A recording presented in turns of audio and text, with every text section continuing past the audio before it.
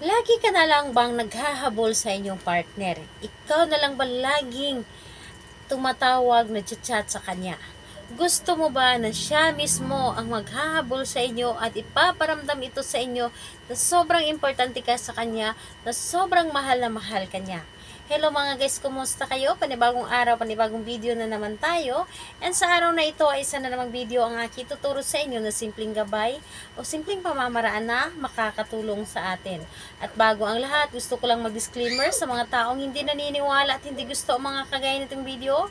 Please skip this video and maghanap kayo ng videos na gustong gusto nyo dahil ang video na ito ay para lamang ito sa mga taong naniniwala and gusto mag-try. And sa lahat po ng mga nag-comment po dito sa aking videos sa loob ng aking channel, mag-ingat po sa lahat ng mga nagre-reply sa inyo na dinadala kayo sa WhatsApp para iwas scam po kayo. So, ayun po, sa mga gustong habulin ng inyong mga partner, lalo na sa ngayon, ang daming tukso lalo na kapag kayo ay LDR. Yes po. So, kung ikaw ay isa sa mga laging naghabol, ikaw yung mismo or ikaw mismo ang laging tumatawag, nagchat-chat sa kanya dahil hindi siya kukontak sa inyo kapag hindi ninyo inuunahan. Meron pong ganyan na mga tao na kapag hindi mo inunahan sa pag-chat, hindi mo uunahan sa pagtawag, ay hindi ka rin mapapansin o hindi ka maaalala.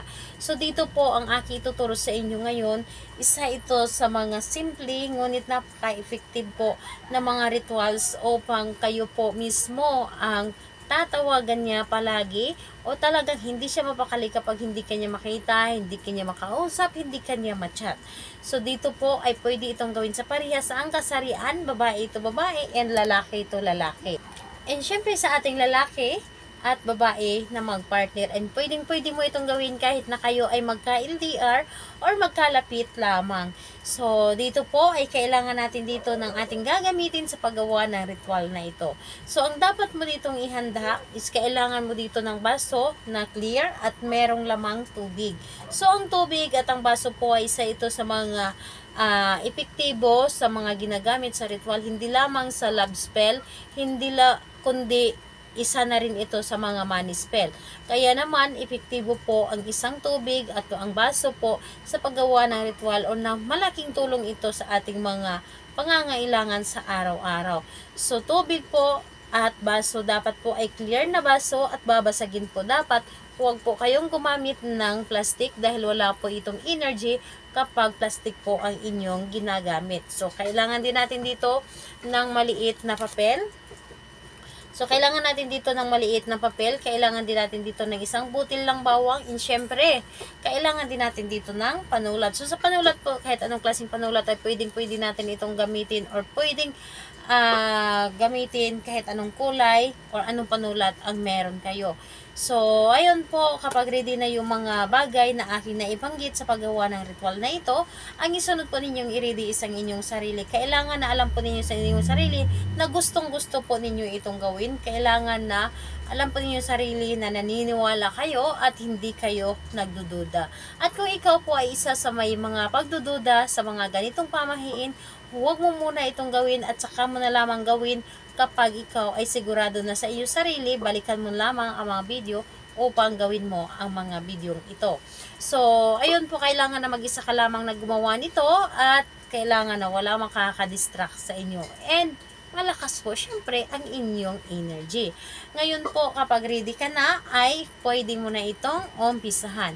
So, ayun po, ihanda ang tubig sa baso. Ihanda at kunin mo ang inyong papel. So, kunin ninyo ang inyong papel. So, ganito po. Isulat po ninyo ng 3 beses yung pangalan at apelyido ni target dito sa papel. Pangalan po at apelyido niya. 3 beses po.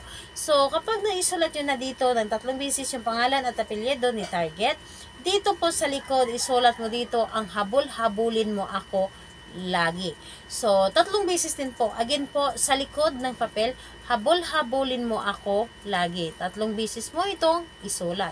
So, again po, pangalan, apelyido ni target dito sa harap ng 3 beses. Dapat po buo pangalan niya, apelyido. So, pagkatapos po, dito po sa likod, pangalan, apelyido po ni, dito po sa likod, ang isulat po ninyo dito, ay habol-habulin mo ako lagi. So, pagkatapos mo itong isulat, ang gagawin mo lamang, itupi mo lamang ito ng 3 beses na papunta po sa inyo.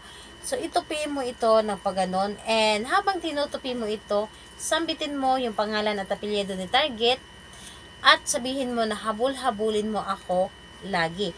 And pangalawang tupi, ganun pa rin, pangalan, apelyido ni target, habol-habulin mo ako lagi. At sa pangatlo, ganun pa rin, yung pangalan, apelyido at yung magic words natin. At pagkatapos kunin mo ang inyong baso at ilagay lamang yung papel dito sa loob ng baso na may lamang tubig. And kunin mo ang bawang. Ang bawang po ay isa sa mga nakakatulong o tinutupad yung mga gusto natin. Huwag mo nang balatan ang bawang. Tinutulungan tayo ng bawang na tuparin yung mga gusto natin, yung mga kahilingan natin. Isa ito sa mga epektibo na ginagamit sa mga rituals, lalong-lalo na sa buhay pag-ibig.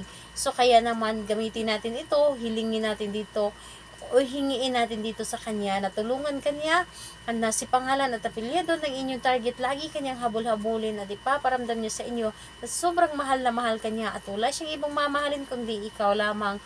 Wala siyang ibang titingnan, wala siyang ibang iibigin kundi ikaw lamang. Yung tipong mamahalin ka niya higit pa sa kanyang sarili, ibibigay niya lahat ng gusto mo, sobrang special ka para sa kanya. So, hilingin niyo lamang dito na nagmula sa inyong puso, taimtim po dapat. Ngayon, pagkatapos mong humiling dito, yung bawang na ito ay ilagay mo lang din dito sa loob ng baso. Ngayon po, kapag natapos mo na itong gawin, or matapos mo na itong ilagay yung papel at bawang dito sa loob ng baso, ang gagawin po ninyo, pumunta kayo sa inyong kwarto, or nasa loob na kayo na inyong kwarto, ilagay lamang ito sa ilalim ng inyong kama.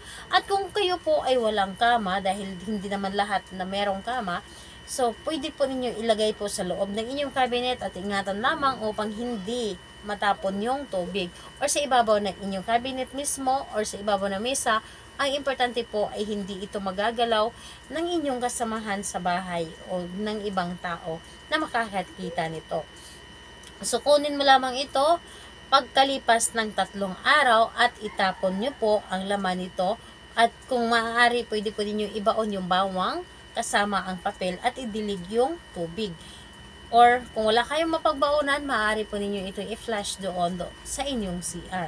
So, ayun po, gawin ito ng kahit anong araw at kahit anong oras, basta't malakas lamang ang inyong energy at malakas po ang inyong paniniwala. At kung may mga katanungan kayo, mag-comment lamang sa baba upang ma-replyan ko po kayo. Bye-bye everyone. God bless us all.